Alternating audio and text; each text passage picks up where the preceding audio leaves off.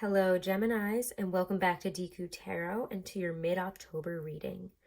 So we're just going to do the overhead shot. If you didn't know, if you haven't checked my Instagram, over at Deku Tarot on Instagram, then you probably don't know, but I had a little bit of an allergic reaction to a new face product that I tried, and it like literally blistered and burned my skin. So I am not showing my face the rest of the October readings until this is all healed up. I just figured, who wants to see that? I don't even want to see it. But let's get into your reading here. Gemini Sun, Moon, Rising, and Venus. Sorry that it took a while. That really held me back because I didn't have an overhead set up when I was away, and I only just got back. So I do apologize for the late reading. We're using my classic Rider-Waite deck, my very first deck here for your reading here. Because October is such a powerfully felt month for me, and I feel like for all of us pretty much. I see it as kind of the real new year. Things really and truly begin again, start afresh in Scorpio season. And we are approaching that Scorpio new moon in just a few days on the 16th of September. And I do feel that that's going to be a really big point in time for everybody. For release. There's a lot, I think, especially this year, that has to come up to be released and let go of. And as the veil lifts, as we inch towards Samhain on the 31st, and that Taurus full moon the same night, very amazing. We have a deeper contact with our higher self, our ancestors, and we can definitely use that to help us make decisions right now. So Gemini, as we shuffle here, I'm just going to give you any channeled messages that come through. I feel...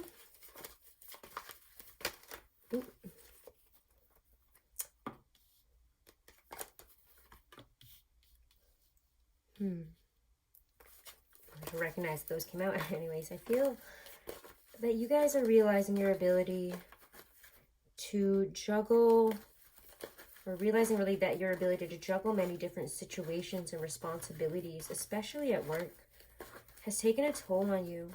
So while you've been taking on more and more, and maybe making more and more money, bringing in more and more stability and comfort, it has also forced you to put aside your own passions, your own passion projects. Maybe you've had to let something go that you really wanted to do, that you really wanted to happen, maybe even this year. Something that you've been excited about, happy about, that you don't mind putting work into. And I feel also that relaxation, self-care, and most importantly, again, that thing that you just really want, or that you really wanted to do, has been put aside. Ooh.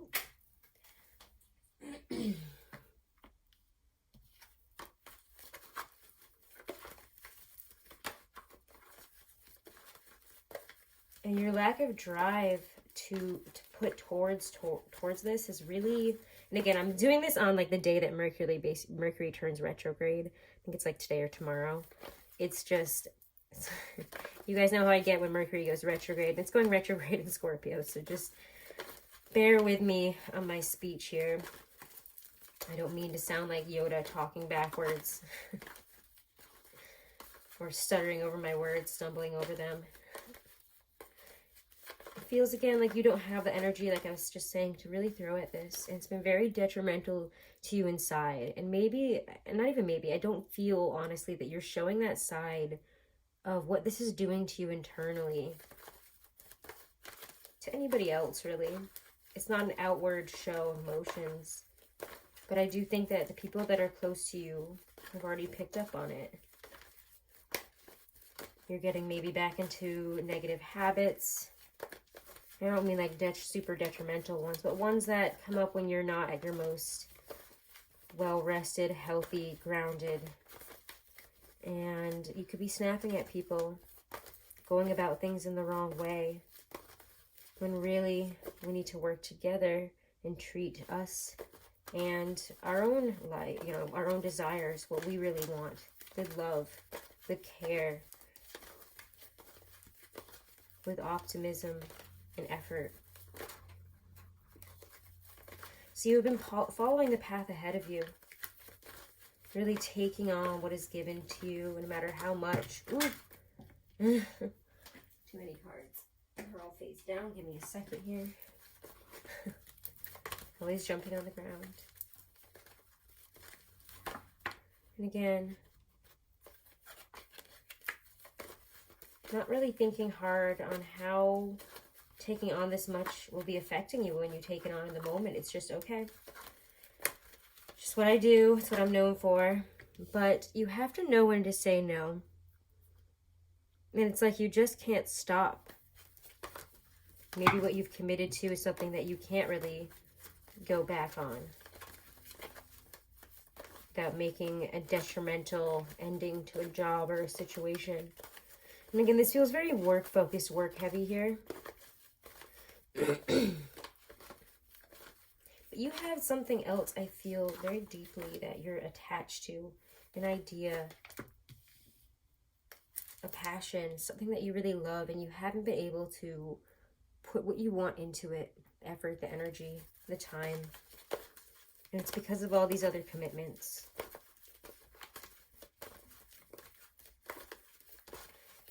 But what you need to realize here,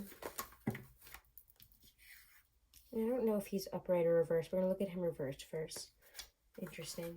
What you need to realize here is that you have to leave room in your life to let your dreams and desires thrive. If you clog it up with all these other responsibilities and things to do, you lose your passion for those things as well, but you also lose that chance to do that. You don't have the energy, you don't have it in your heart anymore. It just feels like a loss because we haven't been able to step forward on this. We haven't been able to walk that path quite freely. Again, you've been walking this path and just letting other people and what they want of you direct you, but it's what's weighing on you as well. Being so responsible, being so hardworking, and even if it seems right to the outside, even if it seems like you're doing great, like you're busy, like all these wonderful opportunities are coming to you, you're losing your grip on how to stay grounded amidst all that everyone is asking for you when you can't even give yourself what you're asking yourself for.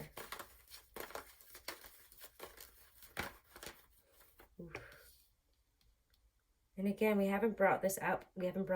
This is very deep this month, deeply felt. And I feel like the emotions and the rumblings from below that are coming from parts of us that are displeased with where we're at and needing, like not even desiring change, but needing it at this point. It's coming forth in all of the readings. Scorpio season tends to do that. It's a time when we delve deep, deep, deep down, and those feelings, whether we like them to or not, are going to come up. Our disappointments, regrets, things we feel guilty or ashamed about, loss, toxic attachments that we still have. And because we have treated ourselves with not much love, or again, not really giving ourselves the break that we need. You have to give yourself a break here, Gemini. Because to me, that feels very much of what's in focus. What's very prevalent here is that you need to take a break. And by stepping away from it, by taking a different perspective on, you're going to see where you're like, where we might again have gotten a little bit too comfortable, a little bit too at ease with whatever we've been given and saying, you know, I'm really happy. But when I get the Nine of Cups reversed, there is distinct overindulgence and unhappiness here. And it feels different. It feels very jaded.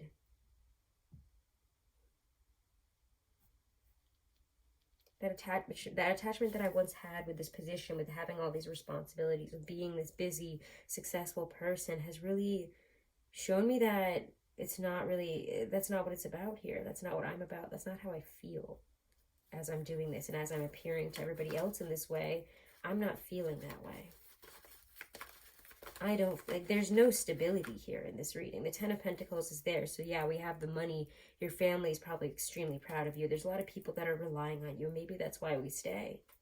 Suddenly we're bringing in money and we have opportunities, but it's almost like too much and not enough at the same time.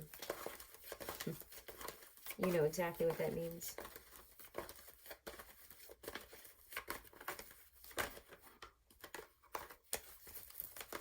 Take time for your health, for those of you who are especially susceptible to health issues at this time.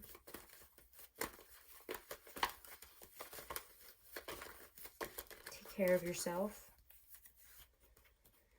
And again, don't push yourself too hard. Don't throw your energy everywhere because it's not there. This almost to me feels like Mars retrograde energy. Remember that Mars is retrograde in Aries. The energy that we have to throw at things, that we usually have to throw at things, is just not there. It makes us irritable, frustrated that we can't. Again, that we don't have the energy, we don't have the time, we don't have some essential and key part of this. And again, when it spawns, it's all about the energy, creativity, the oomph, that fire that gets it going. And we don't have that. We're driving in all the wrong directions. And it's almost like you're coming out of the cold on this, coming out of a very dark tunnel, a very dark place.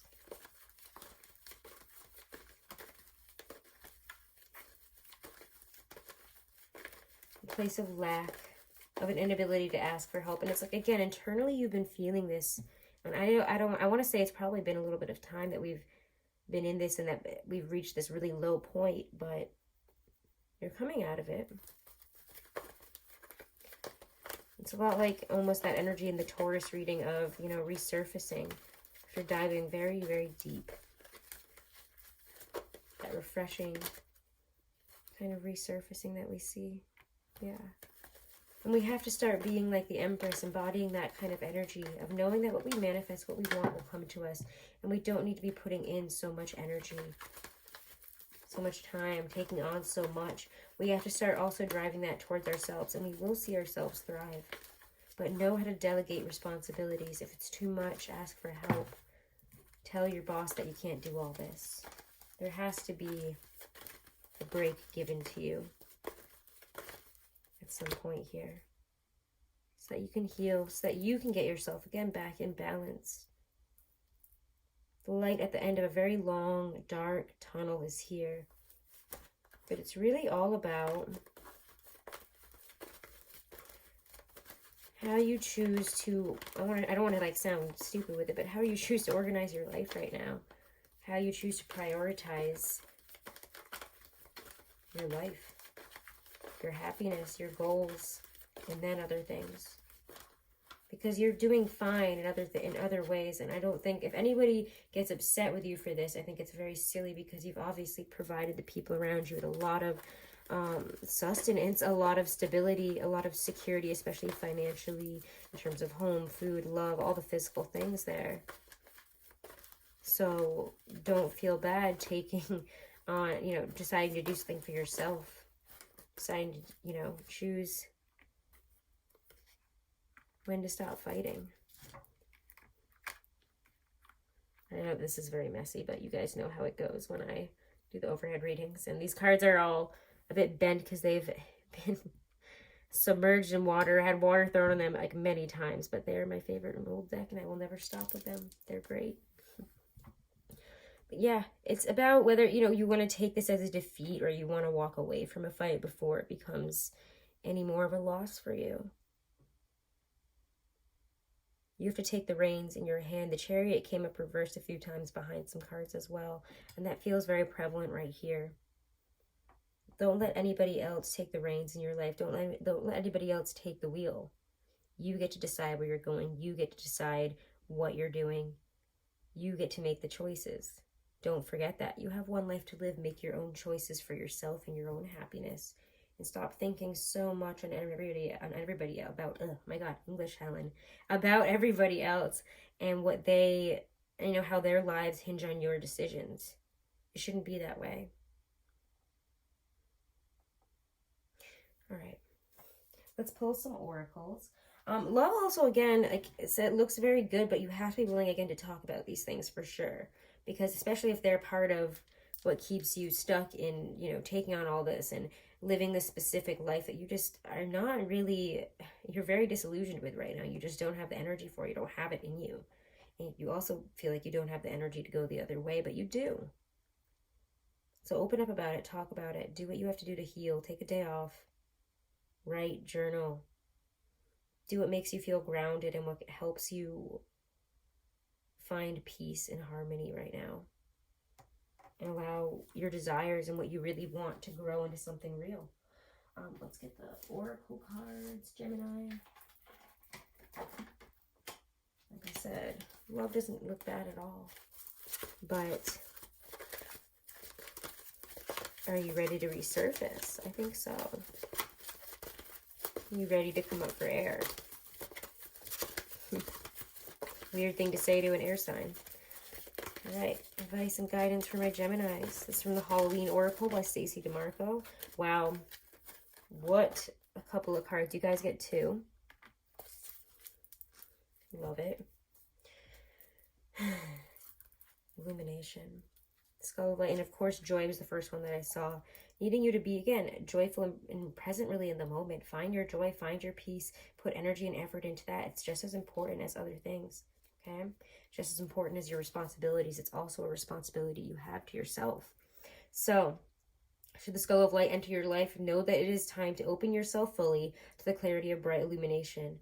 Allow yourself to be seen, to see, and to act upon what is shown to you. Allow yourself, what is shown to you. The time has passed for hiding, for pretending, and for swallowing our discomfort by accepting the status quo when it really doesn't suit us. Oh, I hate Mercury retrograde. I feel like I can't even read right. It's silly. I'm hating it. All right, so again, joy. Rejoicing in the present. Actively seek, let me start this a little bit further up here. It is time to find the joy in this moment and to find that joy more often. Should this card come up in your divination, it heralds the arrival of more happiness and profound joy into your life. It is a good omen. Actively seek pleasure and build more of the things that give you personal joy and laughter in your life. After all, we build in appointments for the dentist. Why not for our own pleasure? Like I said, you've got to make time for your own happiness, for your own pleasure. It's a major theme in this reading. You guys have been really driving yourself to like the point of exhaustion here, and it's just not, it's not good. All right, but you have a lot of wonderful things here. You just have to focus on them and put energy and effort into them. And that literally just like taking care of yourself, doing things that you like, making your decisions for yourself, decisions that make you happy, putting energy and effort towards creative ideas and, you know, seeds that you really want to plant that'll take you out of whatever situation is bringing you so much turmoil and, you know, just the weight of the world. All right. I love you guys so much. If you do want to book a private reading, all of my information is always right below this video in the description box. I am doing a special for 30-minute readings and 1-hour readings. Check it out. Have a wonderful and blessed rest of October. Do make sure to follow. Do make sure to subscribe here on YouTube and follow me over on Instagram. And leave me a comment. I love seeing your comments, guys. If you want to get an astrological chart reading, your birth chart reading, a compatibility reading, or, you know, a numerology reading on your birth, on your life path number, etc. Sorry, I am having a hard time Englishing at the end of this reading here. Wow. But do check out Truly Divine. All their information is below in my description box. Put out probably, you know, it probably makes a lot more sense than me trying to speak it right now. So just go check that out, guys, if you want to get 30% off. They do such an incredible job. They literally send you like 8 pages of information and deep, in-depth description of, you know, your sign, all your placements, like who you are. It's so on point and incredible. So check them out, Truly Divine. You can use my code DEKU30 for 30% off. And again, guys, have a wonderful and blessed month. Love you guys. Blessings to you. Blessings of joy and happiness to you. It looks like they're already coming in, but blessings, guys. Namaste.